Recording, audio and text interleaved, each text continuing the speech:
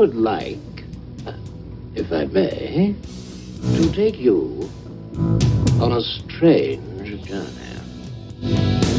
Hello, everyone, and welcome to another edition of Real Estate Realities with the Rebel Broker. My name's Robert Whitelaw, and I am the Rebel Broker, licensed real estate broker in the state of California, member of the National Association of Realtors.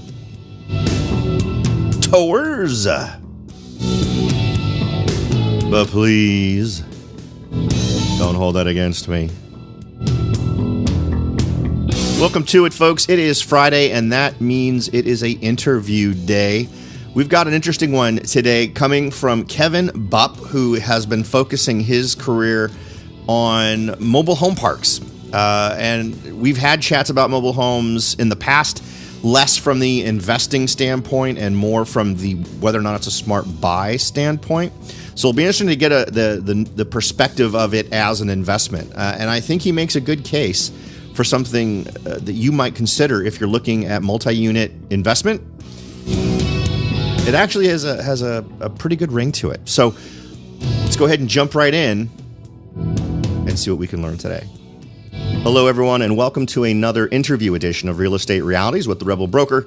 Today's guest is Kevin Bupp, CEO of Sunrise Capital Investors, serial entrepreneur and creator of the Mobile Home Park Academy with over 40 million in real estate transactions. Welcome to the show, Kevin. Robert, thanks for having me. I'm looking forward to it. You bet. Now, the folks who've been listening for a really long time know I have some pretty dark opinions about mobile homes, but you're obviously experiencing some great success with it, so I'm anxious to hear kind of maybe how you got into it or what led you to sort of discovering this as a great place for you as an investor. Well, I'm going to shine some light onto your dark space that you have about mobile homes. So I'll do a very condensed version of like my background and how I got into mobile home parks. So I've only been investing in mobile home parks for about 5 years. Mm-hmm. I'm 38 today, and I got started in real estate when I was 19 and bought my first investment property almost 20, and continued to acquire a large number of single-family rental properties, both in Pennsylvania, and then I moved to Florida back when I was in my early 20s, and just kept buying. Got into multi-family investing at the same time, and built quite a large portfolio of hundreds of properties, and did quite well. And then 2007, 2008 era hit, and didn't do too well at that point in time, and things kind of came crashing down. Florida was one of the ground zero markets, just like Arizona, Nevada. Yep. California had its fair share of it. So it was a pretty ugly time, and it gave me a lot of time to reflect. I stepped out of real estate for a couple years, started a few other businesses, non-real estate related, but also gave me some time to reflect on what went wrong, what I would have done differently, what I'm going to do moving forward. I knew I would get back into real estate. I needed some time to kind of take a breather a little bit. And right. I thought the world was ending. So, and once I realized the world wasn't ending, what I did realize is that single family homes weren't a good fit for me. They were very management intensive. They were inefficient as far as the management was concerned. And my multifamily portfolio, my apartments that I owned, they performed much better than my single family investments. And so I knew moving forward that I was going to rebuild my empire with multifamily. Like that just seemed more scalable. It made more sense. Okay. Back when I built it originally, I wasn't married.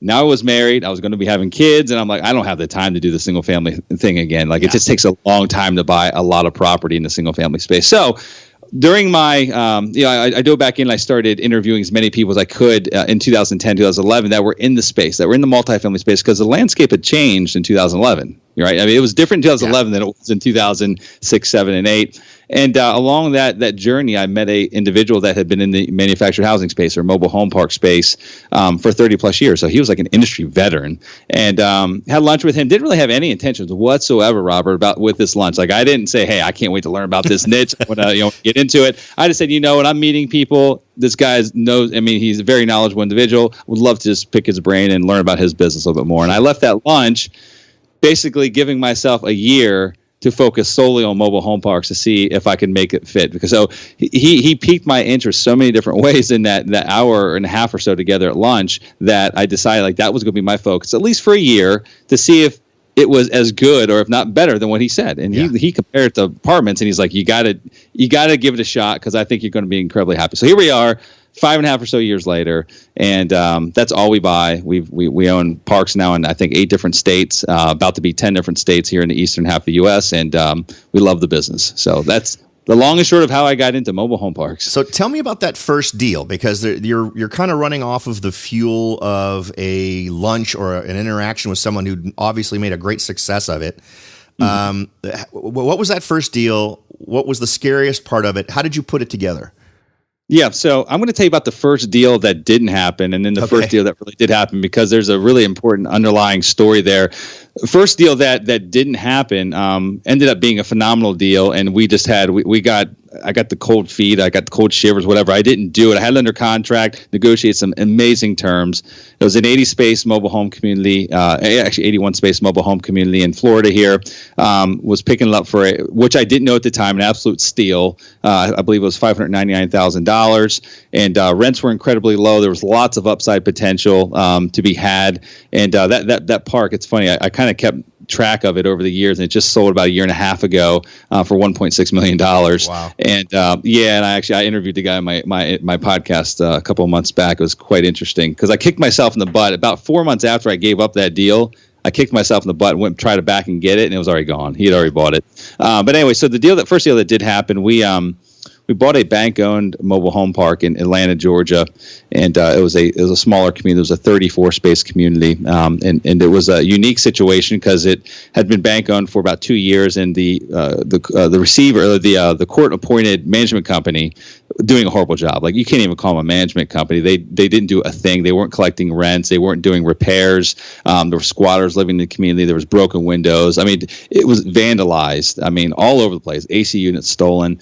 And the place had a bad reputation. It was in a good little city. It was in like a suburb of Atlanta, a good little market, right across the street from the chief of police in the mayor's office. So they had to drive past it every day. And we knew if we bought it, we were going to have to. It was going to be a long project. It came with 29 basically fully vandalized mobile homes, and we picked it up for $200,000.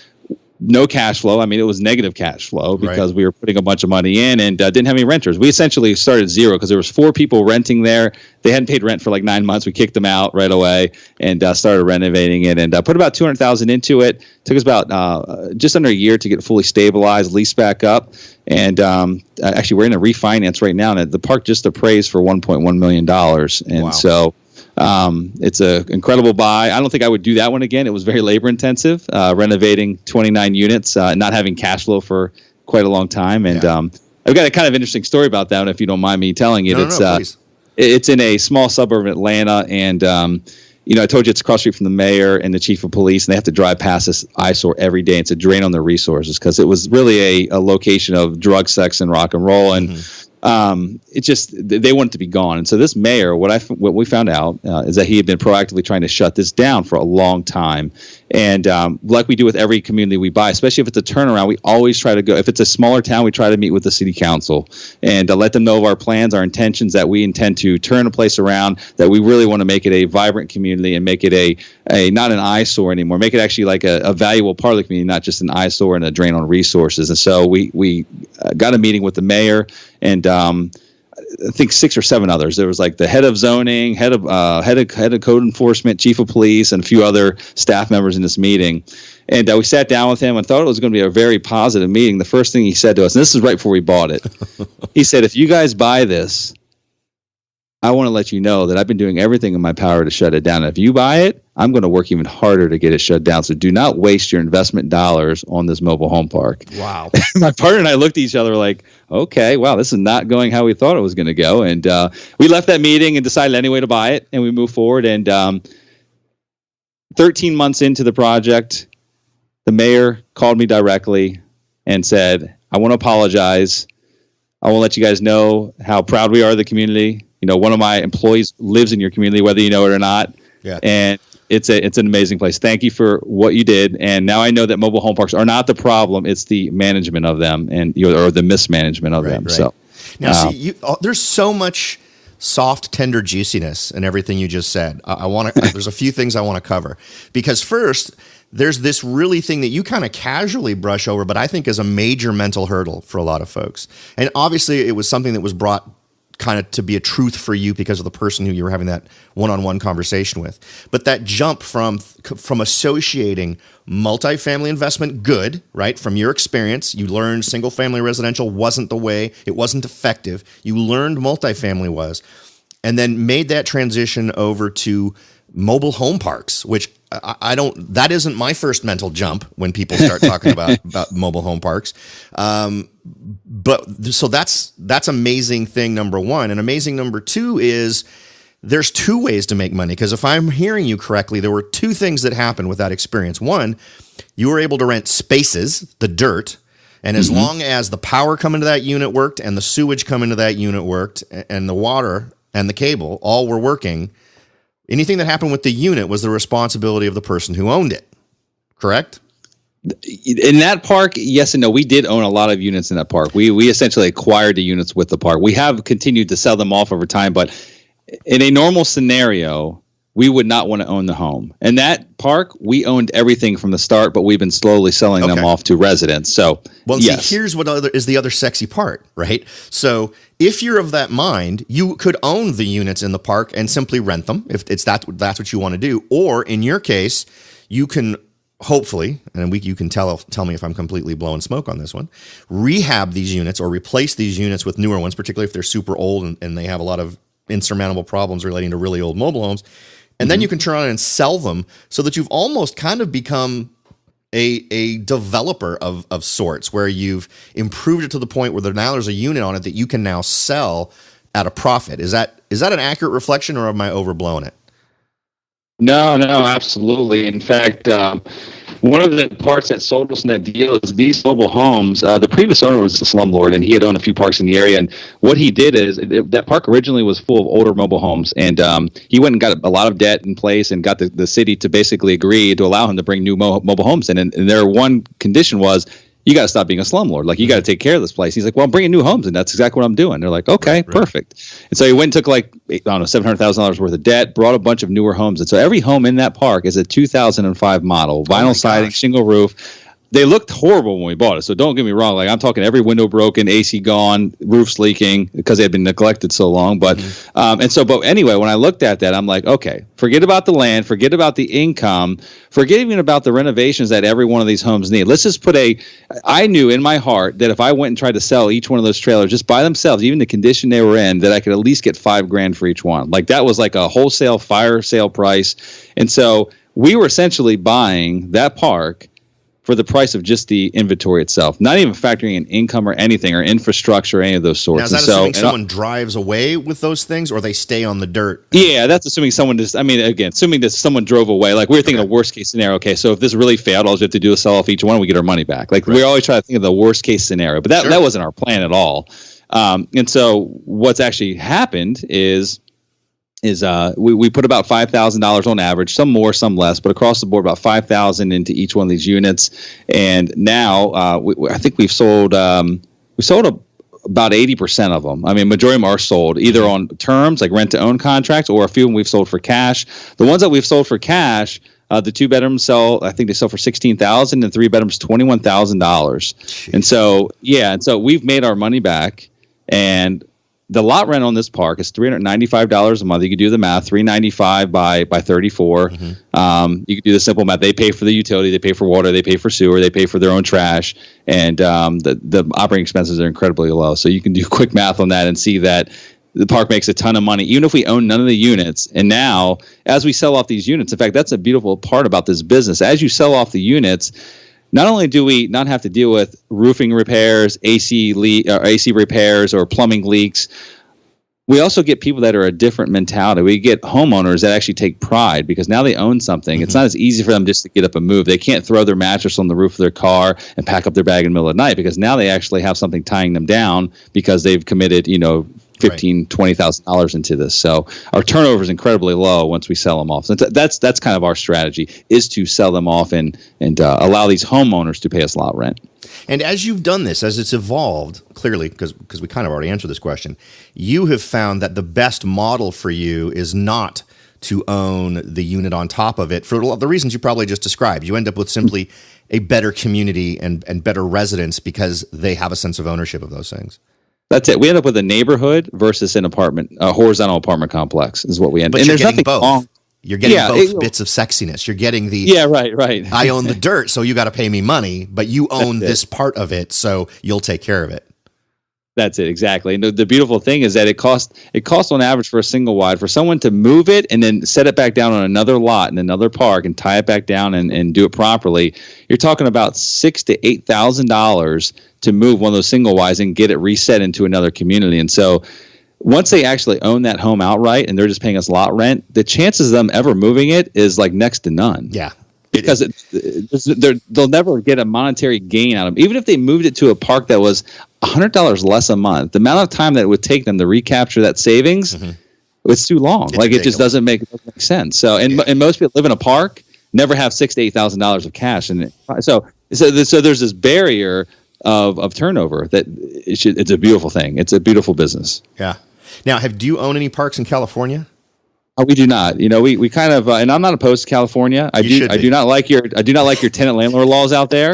But I'm a little snobbish when it comes to crossing a bunch of time zones for work. I like traveling to California for pleasure, but what I say is to my partners, we're kind of the eastern half of the U.S. I will cross over into central time zone, but if I've got to fly to a community and spend a day or two, like I don't want to waste an entire day of that. Yeah. With the commute. Yeah. So. So we kind of like if you just draw a line down the middle of the country, that's where we're at. We're in the eastern half of it. So in California, things are a little bit nuts. You tend to not see mobile homes on wheels anymore. You tend to see them put on actual foundations with earthquake retrofitting and all this other kind of stuff because there was a big push to convert them into real property because California was really screwing over mobile homeowners. They weren't letting it be just pay the DMV anymore for the license plate. Oh, they wanted property tax. They wanted property taxes. So they were coming up with this crazy quote unquote improvement thing that would then have them paying not as much as if it was for a while there if it was real property, but then it ended up being more financially advantageous to make it real property because they jacked up the mobile home registration fees. But in any event, I've actually, if we have time, we can do this. But I actually pulled up mobile home prices and mobile home rents here to see what you thought of them. But they're crazy, probably. I'm sure anything nuts. In California. Well, so yeah, and what's amazing to me though is, and this is something else I wanted to cover. I really wanted to cover because you sound like someone who would also take into account the interests of the folks who are doing the renting, and one of their interests is you're not going to sell the dirt out from under them. We had that happen here in a community that was literally on the beach in Santa Cruz, and 1 month someone paid, and this is going to blow your mind because this was 10 or 15 years ago. People were paying $500,000 to $700,000 for these mobile homes, but they were in a community where they didn't own the dirt and they didn't have a percentage interest in the community. It was completely owned by another person. Right. And this guy decided, I'm building houses on here because now I can sell each one of these houses I built for 1 point whatever million. And literally suddenly everybody was completely out of it, right? They completely lost everything.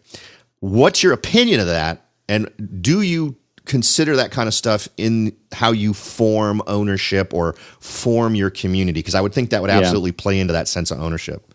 Do I agree with displacing residents? No, I do not. But that business model of his is different than ours. It sounds like that was a developer that just happened to buy a mobile home park that had a higher and better use to it, the land itself. So he was looking to, capitalize on the higher and better use. So, we live in a capitalist country and, so I get both sides. I get his side from a business perspective, and I get the owner's side saying, what are we going to do? We have nowhere else to go that's affordable. What happens? So I think that really comes down to more of a governmental and a state specific problem that they need to figure out as far as affordable housing options when that kind of thing happens. Yeah. So, but I don't want to get into politics here, so I get both sides of it. Now, our business model is a little different. We are not developers. I never buy a property for higher and better use. Like we buy it specifically based on cash flow today and future cash flows. And for the most part, most of the properties we own, they would be worth less if they were just dirt and didn't have the income production from the mobile home park coming in. So there really is, and I'm not saying that won't change over 15 years. I mean, some of the properties we have they're in a path of progress, but they're probably pretty far away from anything really happening with them and to where there could be a higher and better use. And so ask me in 15 years, if we had a property that was now a prime intersection and it's worth $10 million as land, whereas it's worth $3 million as a mobile home park, what would I do? I don't know, but like we have investors in our deals and things like that. You almost have to look out for the best interests of us, the investors, and the residents, and which one trumps. I don't know. I don't know, but I get both sides of the equation. No, I do too. And at the time, I felt blessed that I did not have someone who I had helped buy in that community. But here's the truth. The other truth is every one of those people signed a piece of paper that said, I understand that I have no financial ownership stake in the dirt, and that the owner of the dirt can do what they want with the dirt if they give me X amount of notice. And I'd have X amount of months. And I think they had something like, I think it was 2 years they ended up getting to be able to relocate or figure out something else. And of course, unfortunately, this was an older park. So these were units from, the 60s. This was the bad old days of aluminum wiring and just goofy stuff, right? So not even ones where you could sell them and hope to get. So the saddest thing was the newspapers were clearly logging, kind of really trying to glom on to the saddest of the stories. And so there was this woman who had retired and she had put all of her savings of, $500,000 into it. And literally she couldn't sell her unit for $1,000. It was, she'd have to pay to have it dragged away. It was so old. So, HUD did not become to regulate. They didn't come into the manufactured housing space until 1976. And so prior to 1976, there was no regulations whatsoever on building these units. And so what that means is if it does not have a stamp of approval or a HUD plate on it, so 76 and earlier built, they cannot legally be moved. So like a mover, even if someone bought it, they would not legally be able to move it, and they wouldn't be able to hire a moving company to do it. Yeah. And so if they did want to buy it, they wouldn't be able to move it. So it has to be demolished on site. Yeah, that's the only option for it. And it's unfortunate. Well, you know what? Let's take a quick break right here and continue the conversation. We've hit some very interesting topics, but there's a lot more I think we can cover. So don't go away. We'll be right back. Are you ready to jump in and start your search for your first investment property? Maybe you've decided that it's time to own your own home, or maybe you're ready to sell your home and move on to something new. No matter what your goal is, the Rebel Broker can help. That's right. Aside from hosting this show, I am also the owner broker of Whitelaw & Sons Real Estate Services right here in Silicon Valley. With over 25 years experience serving Silicon Valley, Morgan Hill, San Martin, and Gilroy, I or one of my great agents can help you achieve your goals in real estate. So if you're ready to look into taking that next step towards achieving your real estate goals, point your browser at www.soldbyrobert.com. That's www.soldbyrobert.com and get in touch. Let me show you how I will earn your business and your respect. Again, that's www.soldbyrobert.com, or you can call me at 408-852-0525. California Bureau of Real Estate ID 00984-909. Welcome back, everyone. We are having a very interesting conversation with Kevin Bupp. He is a big investor in mobile home parks, something that kind of surprised me. I was very excited to see that we were going to have him on the show to kind of discuss this. Now, if you were going to give someone advice on the first steps to look at this as an investment, because from where I'm sitting, if we're just talking about numbers, it encapsulates so many of the things that look good from an investment standpoint. And another thing we probably should cover is we are making a community, and many of these places come with a pool, a clubhouse, and other things that obviously you need to manage as a property owner. So I don't know if you want to touch on that, if you delegate that or you do all of that stuff yourself. But I'd also love to jump into, let's say someone wants to get into this as a first jump. What's a great way to even know that there's a mobile home park for sale somewhere in a market that they're interested in? Well, getting into the business and then finding out how to locate properties that are for sale are kind of two different things. So I'll take them both separately. Okay. Getting into this business, unfortunately, there's not a lot of information out there on this niche. I mean, if you go on Amazon, you can find 1 million books on investing in apartment buildings, self-storage, shopping centers, single-family real estate. Mobile home parks a little bit more limited. There are some books out there. There's a few other people that have some educational products. We do offer education as well, but I'm not going to mention that even here. But I will say that we have a podcast. I mean, and I'm not saying that it's the only go-to place, but it's a really good podcast. And so if I were anyone that's interested, I'd first want to know whether or not I was seriously interested. So you need to learn enough. Give everyone a URL they can go to find out ways to reach out. Yeah, you can go to mobilehomeparkacademy.com. You can listen to all of our podcast episodes there, or you can find us on iTunes or Stitcher, SoundCloud as well. So it's called the Mobile Home Park Investing Podcast. You can also search it out by my name, Kevin Bupp, and you'll find it. I think we got about 80 episodes up there. It's a weekly show, and we're very granular in nature on that podcast. We go very in depth about our business model, how we find opportunities, how we analyze deals. I mean, everything from A to Z. And so if you actually want to figure out whether or not you even have an interest in this niche, go listen to those podcast episodes and then start like that. That's where I would start. Like there's literally 80 hours of free education, and go on Amazon, buy a couple books, but the podcasts are probably the most in-depth information that you could probably find on the topic at this point. But as far as the second half of the question, which is finding deals, that's kind of interesting. There's LoopNet, which everyone probably knows about as far as commercial real estate. Like that is the commercial real estate MLS system that's out there. Yeah. But with commercial real estate, it's a little different. And I know that you guys kind of you touch on commercial and residential on your show here, but commercial is a complete opposite of residential, where residential probably 97% of the transactions are handled on market, meaning like they are listed on the MLS and that's how they're sold. Whereas commercial real estate, quite the opposite. 90% of the transactions actually happen off market. You never even know about them. They don't make it to LoopNet or anything like that. Yep. They're off market deals. And so we have bought some properties off LoopNet, some other properties that have been listed properties, but we're really good. Like we pride ourselves at going off market. And so we've studied about 110 different markets. We know every single mobile home park that exists in that marketplace. We know how big it is, how long the owners had it, what he paid for it. And we probably had a conversation with him, at least once, maybe multiple times. We database all the information and we stay in continual contact with these individuals, knowing that at some point they're going to either need or want to sell. And so most of the stuff we buy is off market, and that is the best way. And in today's real estate cycle, cap rates are compressed. It's really hard to find great deals. We are finding the best deals by going off market. It's not easy, but it takes time, takes perseverance and patience. But there's some incredible deals if you're willing to just reach out to owners and talk to them and get to know them. So that would be my suggestion on how they find deals. But if they want the easy route and have to pay retail for them, LoopNet, there's plenty of them. There's one other website called mobilehomeparkstore.com. Mm-hmm. It's basically the MLS for mobile home parks. And that's all that's listed on that website, or mobile home parks. So Those are the three primary ways. But the best deals by far is if you go off market. That way you're not competing with other buyers, and you don't get to name your own price, but you get to build a relationship with an owner and actually, take the role of a broker. And nothing is, I know you're a broker, Robert, as well, so nothing is broker, but like that's what we do. We just basically go direct to owners, and that's how we find the great deals. Yeah, no, whatever works. I mean, I am famous for giving advice that loses me money. So,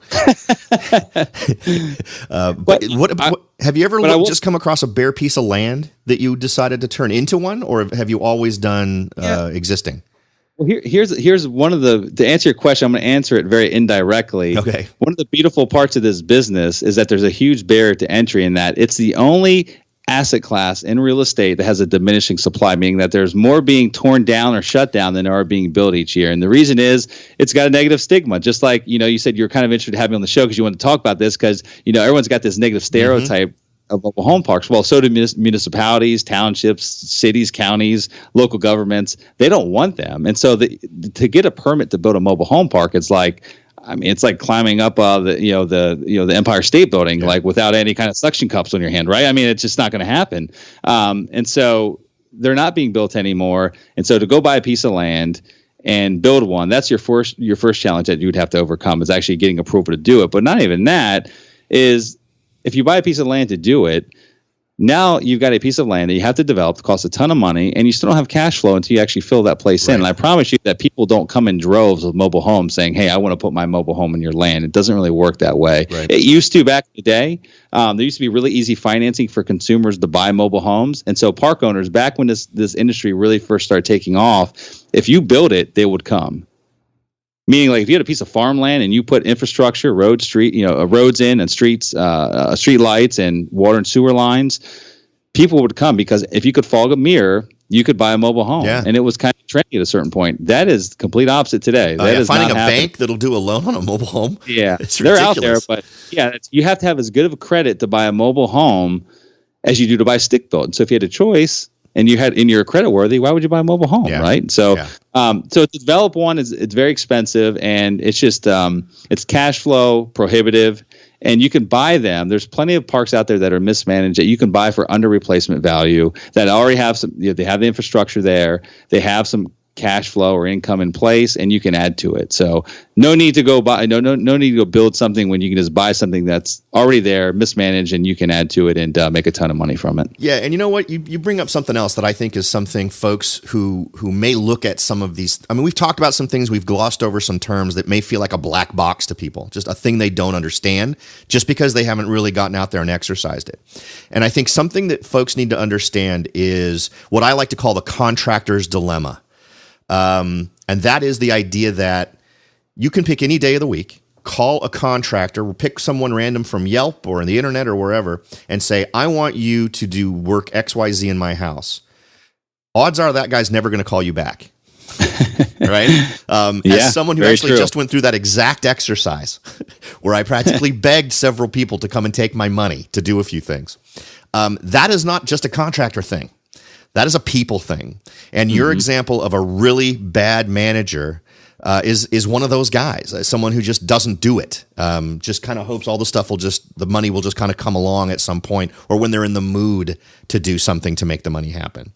When you go in there with an attitude of, I want to build a community, I want to make this a place people like living, you are going to suddenly find yourself head and shoulders above everybody else who's doing it, because most other folks aren't doing that. It's so much of it relies on your mindset and how you approach the business that you're going into. And I don't care if we're doing this or if you're becoming the best ditch digger in town. It's the same mentality. And if folks can find that, I think the kind of success you're talking about comes as much from the character you've decided to apply to the task as the steps relating to the task.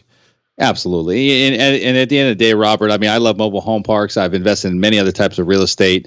You can make money in any type of real estate. Like I'm not going to ever say mobile home parks are better than this, that, or the other.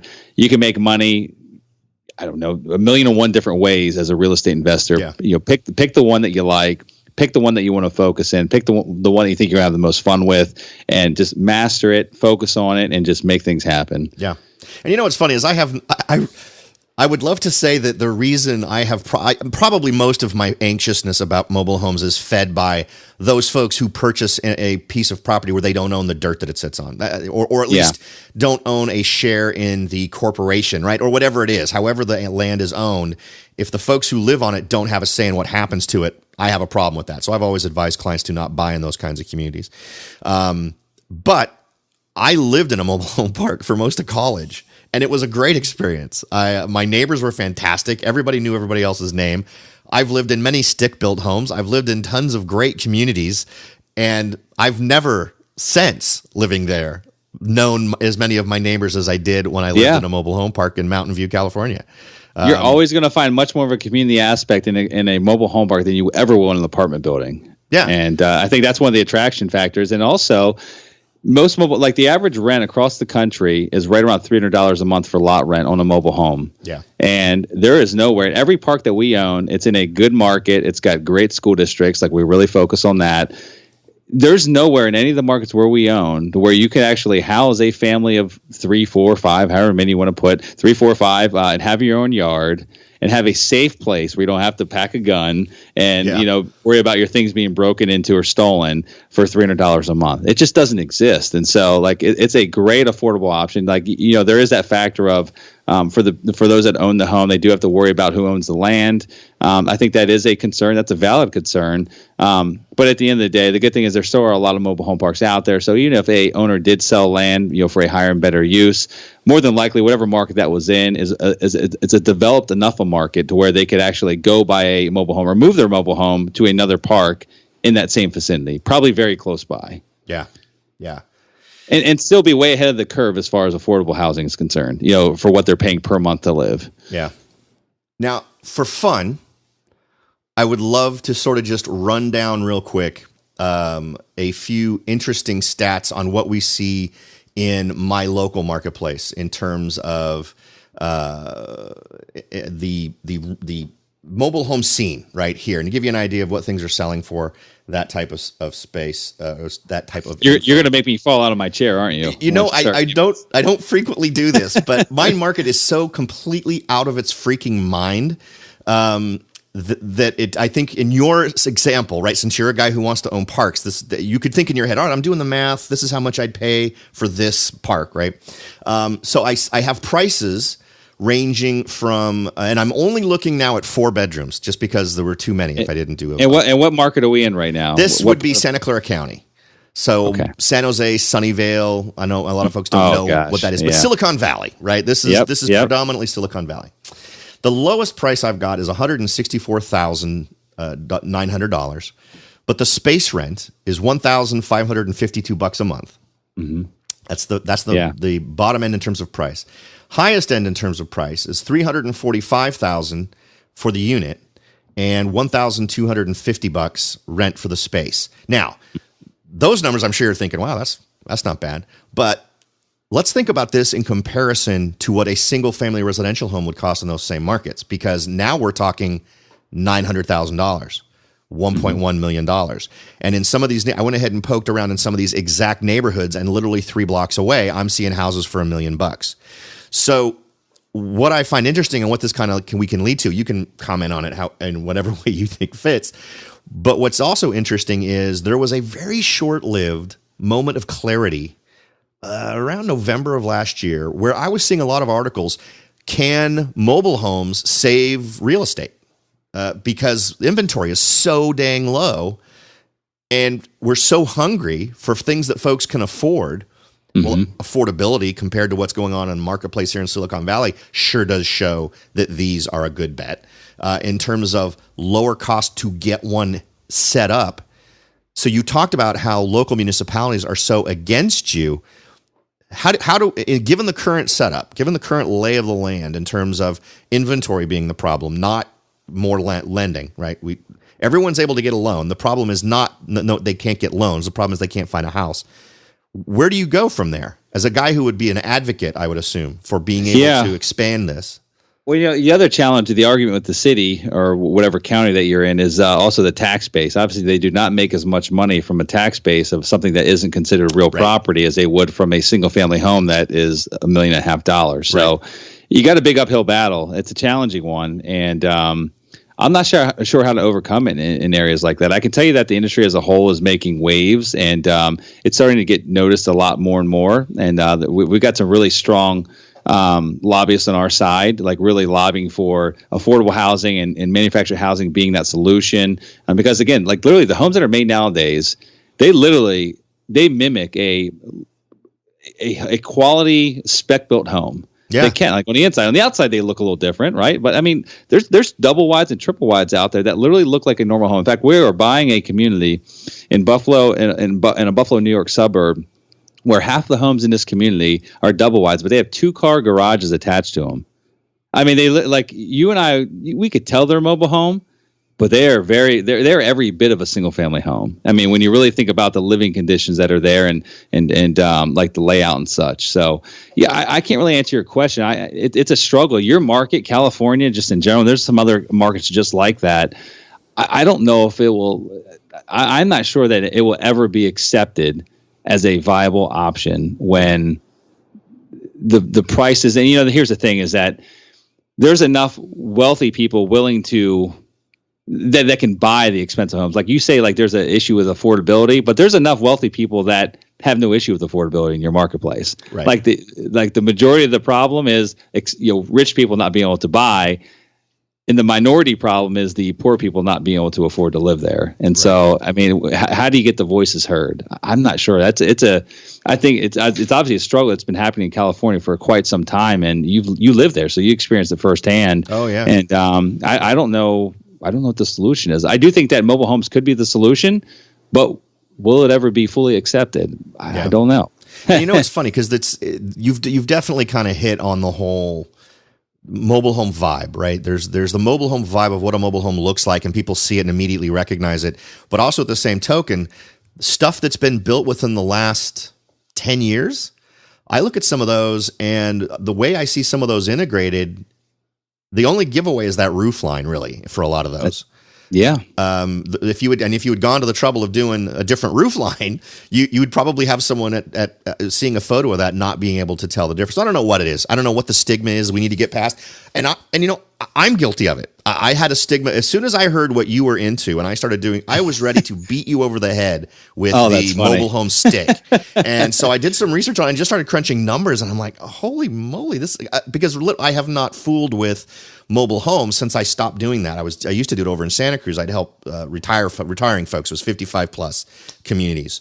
That was a mobile home park where they all owned the land. You actually bought the land with it. Mm-hmm. So that was the last time I did that, and I still occasionally help my father, who's a real estate agent in that community. But after so many horrible stories from folks that had different kinds of experiences, I was ready to go after you. But once I started looking at it, I was like, God, if this is really an opportunity not only for somebody to make a decent return, but to contribute to creating a community for folks that can't spend $1 million on a house. That's it. Yeah, I like both. I love both sides of this business, and you have to love what you do in order to truly be successful at it. Like you have to enjoy it, right, and actually appreciate the cause. And so I do feel like we actually are helping fill that void of affordable housing and giving those that are hard workers that want the best for their kids, want to send their kids to the good schools, but only make $15 an hour. Like we're catering to those individuals, and it allows them the opportunity that they would never probably would have had before to own a home. And so you can literally, in a lot of our communities, like we have a community in Huntsville, Alabama. We have a lot of new homes for sale in there. So you could buy in that community, the lot rent's only $250 a month, whereas the median home price in Huntsville, Alabama, I believe is about $160,000. Our lot rent's $250 a month. You can buy a brand new 3-bedroom, 2-bath single wide. Now it's like a builder grade, like it's a lower grade home, but I mean it's nice. It's got an island in the kitchen. It's got laminate flooring. It's nice. I mean it's a nice home. $30,000. Yeah, out the door. Just amazes me. Out the door. The payment between that, if you actually got a loan on it, and the lot rent hovers right around $600 a month, all in to live in a brand new home, and it's not possible in a stick-built home. That the families that live in that community there are hardworking, but they would never ever be able to be a homeowner anywhere else. And it's a beautiful thing. And so we're helping people, and we're helping people and also making money at the same time. The returns are great. That's one thing we need to talk about. The returns are phenomenal. Just like anything, if you buy it right, but the returns are really good. We like the returns in this business, and I think it clearly needs to. It's worthy of being mentioned in the same breath as any other multi-unit investment, right? Because absolutely, even though we could have the one other thing I thought we might be good to cover is if you find that you are seeing disproportionate amount of effort having to put out for the communal features, right? But that's the exact same argument that you made for any other multi-unit, right? Whether we're talking about the common laundry facilities or a pool or a workout room or anything. So that's it. Yeah, I mean that's an interesting point. Is that there's multiple different types of communities out there, mobile home communities, and I live in Florida, and Florida, just like California, we have like the really high end are like lifestyle communities. I mean, lifestyle meaning like the people that live in them could actually afford a stick-built home. They choose to be there because their other retiree friends are there, and there's shuffleboard, and there's palm tree lined streets, and there's 3 swimming pools and a clubhouse and such. Right. We don't own communities like that. We own basically very minimal, if no amenities, meaning like there's no swimming pool. We might have a clubhouse, we might have a laundry facility, but very minimal amenities that go along with it, and they're very easy to manage. I mean, there's nothing there. We have a playground. We might have an office, like an actual physical office. We might have a clubhouse with laundry, but that's about it. And there's some communities that we own that don't have any of that. That's just how they were built. They were literally built as a neighborhood, just like you would think a normal neighborhood would have. Like not all neighborhoods have, playgrounds and pools and all kinds of other fancy things. A lot of our neighborhoods don't either. And the interesting part that I've found is that I would prefer to own a community that doesn't have those items, because a lot of it doesn't get used. There's been times where we've actually gone in and removed a playground because it becomes like a danger, a liability. Like no one's using it. Actually, only the bad people are hanging out there at night. Right, so we take it out, and it's a positive for the community. So there's not a lot of extra management involved with managing those different components of our communities, because there's not really there that exist.